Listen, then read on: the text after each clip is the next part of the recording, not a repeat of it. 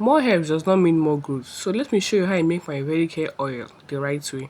Because when it comes to herbal oils, the process and the ratios matter just as much as the ingredients. The first thing I do is separate my herbs into two groups because not all herbs behave the same in oil.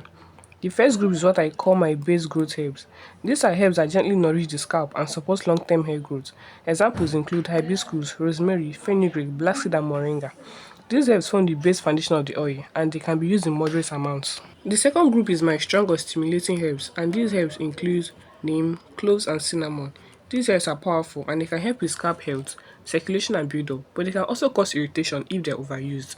That's why I always use them in smaller quantities. Before infusing, I make sure all my herbs are completely dry because any moisture can spoil the oil. Then I lightly crush or blend them. Blending helps release the active compound faster, but it also makes the oil more stronger.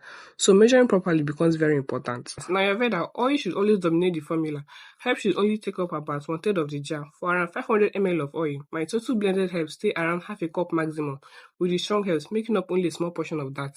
Once my herbs are in the jar, I pour in my Kara oil, usually coconut oil, making sure the oil completely submerges the herbs. For infusion, I usually use the cold infusion method, but you can use double boiler method if you want it faster. When the ratios are right, you get growth and scalp health without irritation.